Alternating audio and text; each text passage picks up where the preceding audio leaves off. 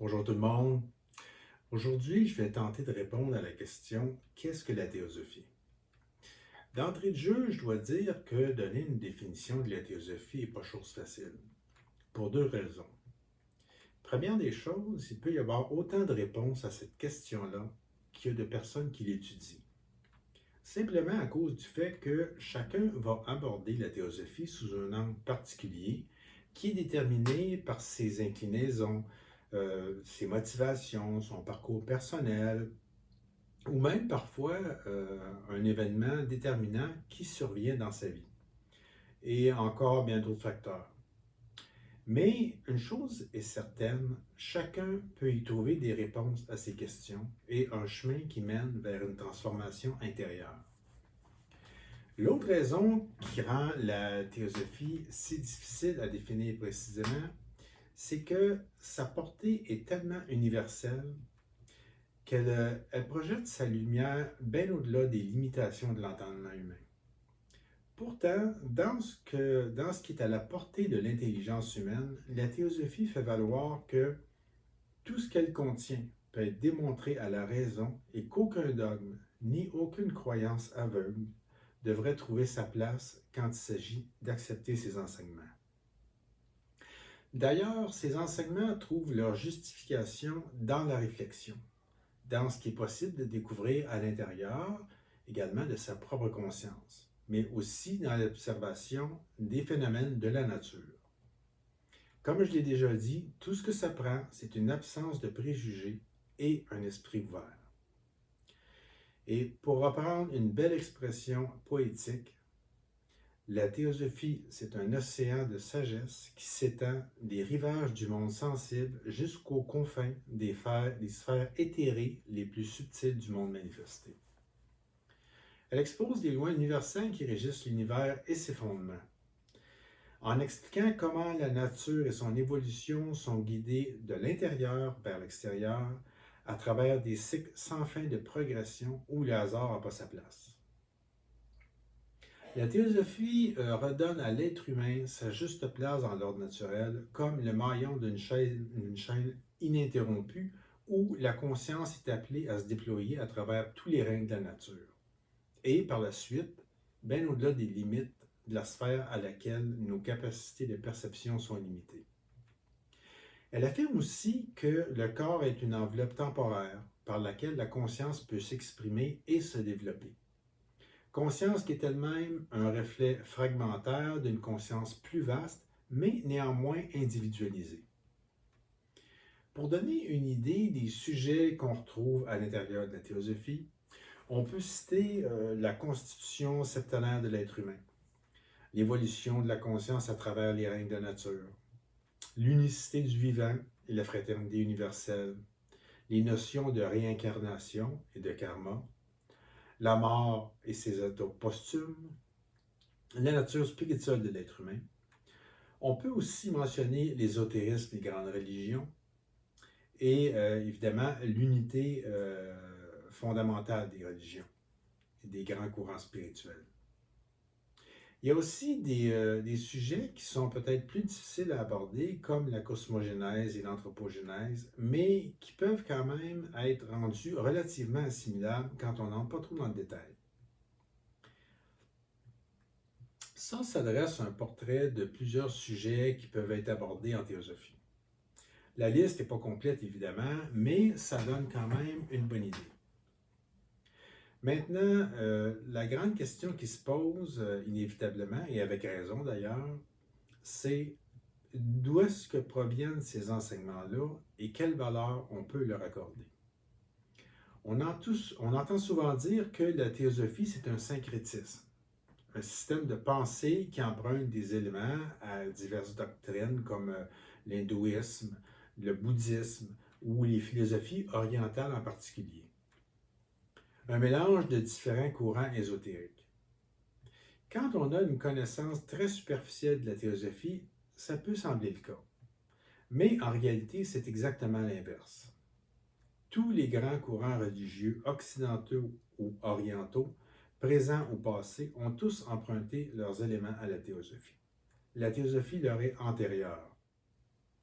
C'est pas pour rien qu'on l'appelle souvent la sagesse sans âge. Mais toute vérité finit avec le temps par être déformée, fragmentée, dénaturée, et parfois même jusqu'à plus avoir beaucoup de ressemblance avec l'enseignement d'origine.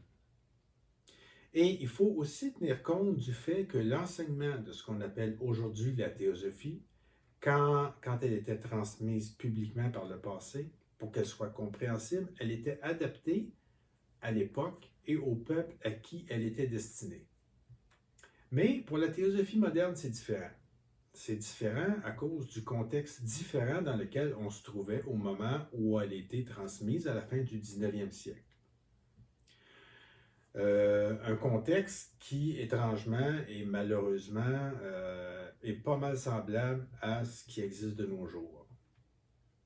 Quand la théosophie a été rendue publique dans le dernier quart du 19e siècle, la science prenait un essor sans précédent et son angle d'approche était, comme elle l'est encore aujourd'hui, très matérialiste. Il y avait ça d'une part, et d'autre part, le dogmatisme des grandes religions qui posait problème.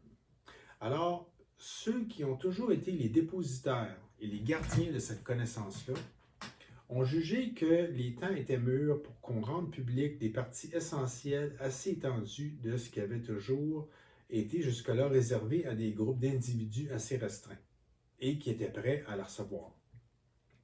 Évidemment, on a révélé ce qu'on a jugé bon de donner et ce qui pouvait être compris à ce moment-là.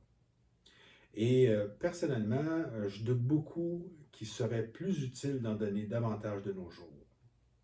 Mais, comme je l'ai dit, ceux qui sont depuis toujours les dépositaires de cette sagesse-là, et qu'on appelle parfois les maîtres de sagesse ou les Mahatmas, ont, par l'intermédiaire de l'un de leurs disciples, Elena Petrovna Blavatsky, transmis les enseignements qui sont connus aujourd'hui sous le nom de théosophie. Ça, c'est pour l'origine de la théosophie moderne. Maintenant, quelle crédibilité ou quelle valeur on peut accorder à ces enseignements-là? Premièrement, ils ne sont pas et n'ont jamais été présentés de façon dogmatique, mais plutôt proposés à l'examen et à la réflexion. Si un enseignement quelconque ne peut pas reposer solidement sur le raisonnement, il ne vaut pas grand-chose. La théosophie contemporaine est un système de représentation du monde les plus élaborés qui soit, et pour qu'un système de pensée soit valable, il doit pouvoir répondre à toutes les grandes questions que se pose l'être humain depuis toujours. Et ce système-là demande à se justifier uniquement à la lumière de la raison et du discernement, et aussi d'une faculté qu'on nomme l'intuition. L'intuition est déjà présente jusqu'à un certain point dès le début d'une quête de sens ou d'une recherche intérieure. Sinon, il n'y en aurait pas de quête de sens. Et elle va s'approfondir et gagner en puissance au fil du temps pour peu qu'on lui accorde l'attention d'une démarche sérieuse. Et tous ceux qui ont étudié sérieusement la théosophie vont vous le dire sans hésiter, la récompense des efforts va bien au-delà de ce qu'on espère au départ. Maintenant, discuter de l'unicité du vivant, de la constitution de l'être humain avec ses corps subtils, des différents états de conscience après la mort, du karma, de la réincarnation, et de mille autres choses encore qui relèvent du côté caché de la nature, ça peut certainement être intéressant et passionnant. Mais si tout ça reste une collection de connaissances théoriques, ça ne vaut absolument rien. Si la théosophie ne se traduit pas dans notre vie par une transformation intérieure, par une spiritualité vivante, aussi bien jeter tout ça aux poubelles. Gandhi a dit un jour, la théosophie, c'est la fraternité des hommes. Et c'est pas pour rien que parmi les 3 buts de la société théosophique, c'est le premier et le plus important des buts. Mais pour que l'être humain, collectivement, puisse progresser dans ce sens-là, ça doit obligatoirement passer par une transformation des consciences individuelles. Et pour exprimer ça, une autre citation de Gandhi, commence par changer en toi ce que tu veux changer autour de toi. Quand on étudie la théosophie, on comprend très bien tout le poids et le sens de ces paroles-là. Et la théosophie peut nous montrer comment en arriver là. L'être humain, dans son développement, de la naissance jusqu'à la mort, il est façonné par plusieurs choses. Premièrement, un passé qui transcende sa personnalité et qui fait de lui la résultante ou l'aboutissement, si on veut, de ce passé-là, et d'autre part, l'environnement dans lequel va évoluer sa personnalité actuelle. Et les expériences qu'il va vivre et ultimement, ce qui évidemment est le plus déterminant, les choix qu'il va faire tout au long de sa vie. Mais est-ce qu'il y a quelque chose qui influence davantage les choix qu'on fait dans notre vie que les valeurs qu'on choisit d'adopter et qui vont orienter ces choix-là? Et qu'est-ce qui va façonner les valeurs profondes qui vont faire en sorte qu'on va vivre notre vie comme on a nous-mêmes choisi de le faire? Fondamentalement, la réponse à cette question-là, c'est que nos valeurs vont se constituer et se nourrir de notre représentation du monde, c'est-à-dire la façon dont on voit le monde, dont on voit notre place dans la nature et dans l'univers. La prise de conscience de notre nature véritable, des potentialités dont on ne mesure pas l'ampleur et qui sont appelées à se développer en nous. Et je le répète encore, tout ce que ça prend pour en arriver là, c'est un esprit ouvert, de la bonne volonté et le désir de travailler dans ce sens-là. La résurgence de la théosophie sous sa forme moderne n'a pas d'autre objectif que de proposer une autre présentation du monde, une autre façon de voir la vie et surtout de vivre sa vie. Merci de votre écoute.